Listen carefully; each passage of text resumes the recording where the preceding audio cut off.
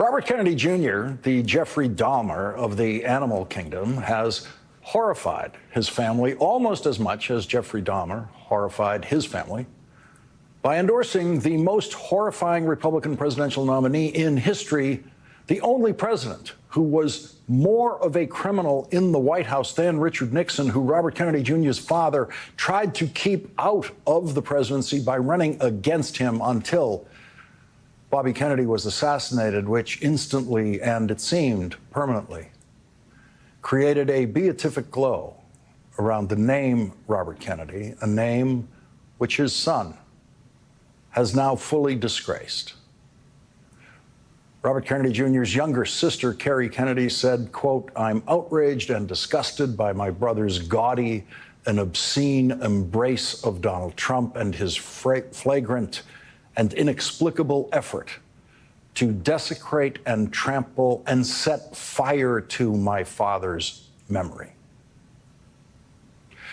Robert Kennedy Jr. told many lies in his speech announcing his endorsement of Donald Trump, including this one, quote, "The mainstream media networks maintain a near perfect embargo on interviews with me," end quote. Over a year ago, on July 12th, 2023, I issued a public invitation to Robert Kennedy Jr. to appear on this program at the time of his choosing, and he never chose to do that.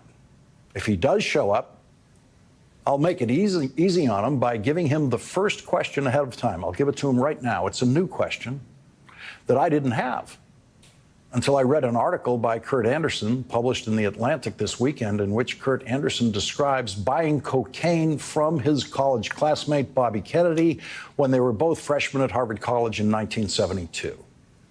Because Donald Trump favors the death penalty for drug dealers, the death penalty for doing what Bobby Kennedy did, at the end of his article titled "RFK Jr. Was My Drug Dealer," Kurt Anderson suggests this question for Robert Kennedy Jr., quote, "Given that you sold cocaine in your youth, how do you feel about Trump's advocacy of a regime that might have resulted in your own execution at age 19?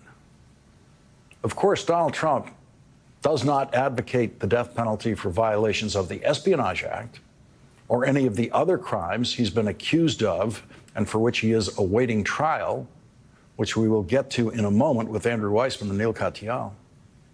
There are only 71 days left in Donald Trump's political career, assuming he comes in second in the Electoral College for the second time in a row. And the news media is finally focusing on the problems caused by Donald Trump's tariffs. Well, let's talk about Trump's record during his first term. He did impose rounds of tariffs, and it cost Americans nearly $80 billion in new taxes. Do you acknowledge that imposing more tariffs will ultimately cost consumers? Well, what it really does is it penalizes importers from bringing goods outside the country into the country. That answer was, of course, a lie, as is every word Donald Trump has ever said about tariffs. It took 8 years. It took 8 years to finally get the news media to focus on the lies Donald Trump and now J.D. Vance tell about tariffs. It has been a very lonely 8 years for me, having had to explain repeatedly on this program what most people already know, which is that tariffs are paid by the consumers in the country that imposes the tariff. China doesn't pay Trump tariffs. We pay Trump tariffs. That is the point of a tariff. The purpose of a tariff is to raise the price of that imported good so that Americans will not be able to buy as much of that imported good. So every penny of Trump's tariffs, every penny of them, has been paid by Americans in the form of higher prices. And all of the tariff money collected by the United States government has been paid out to farmers across Iowa and elsewhere in the country to make up for the massive losses they have suffered in grain sales to China, because China retaliated against the Trump tariffs by, among other things, not buying agricultural products from the United States of America. Many of those Iowa farmers who lost their grain sales and their income are still voting for Donald Trump, because they're now the biggest welfare recipients in American history. They have received $28 billion in cash payments, just cash, here it is, directly to them for doing absolutely nothing. And no one in the Republican world is worried about the work ethic of those farmers who are collecting that no-strings-attached money directly from the federal treasury to make up for the farmers' loss of income from trade with China. Donald Trump's tariffs are sales taxes on you that are in effect used to make huge welfare payments to American farmers. And now Donald Trump wants to impose even more tariffs, which former Treasury Secretary and Harvard economics professor Lawrence Summers has called the worst economic proposal in U.S. history. Donald Trump has never once even come close to answering a reporter's question about tariffs, and J.D. Vance did not answer the question about tariffs put to him yesterday. They never answer questions. No matter how many questions you ask them, they do not answer. A lie is not an answer. I'm ready to heap praise on the reporter or debate moderator who asks Donald Trump the simple question, what is a tariff? Just those words, nothing else, because I think the world would find out that Donald Trump doesn't know what a tariff actually is. Reporters always prefer to show off the complexity of their questions, so we will probably never hear that simple question asked of Donald Trump. As he can feel the enthusiasm for Kamala Harris's presidential campaign, Donald Trump knows which side has the momentum in the campaign now and what that could mean to his future as a criminal defendant. The stakes for Donald Trump personally in the presidential election could not be higher.